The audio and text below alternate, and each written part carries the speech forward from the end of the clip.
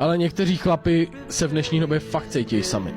A dneska jsem třeba šel sám nakupovat, hele, mně přišlo dneska asi 200 zpráv, nebo já nevím kolik, 500 zpráv od lidí, užij si svůj den a mně se chtělo brečet, protože jsem ležel tady na matraci sám, jak si to mám jako užít, jakože sám, co mám dělat, zapnout si lolko, i když dostanou přání prostě na internetu, tak prostě lidi se hodně cítí sami.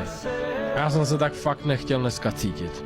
Fakt jsem šel jsem v Globusu, nakupoval jsem zákusky, ani nevím pro koho. Já nevím pro koho, ale jinak jsem nakoupil zákusky, asi 15 zákusků a dal jsem je do lednice pro nikoho. Prostě jsem je koupil, protože mám narozeniny. Koupil jsem pití, koupil jsem piva, koupil jsem víno pro sebe.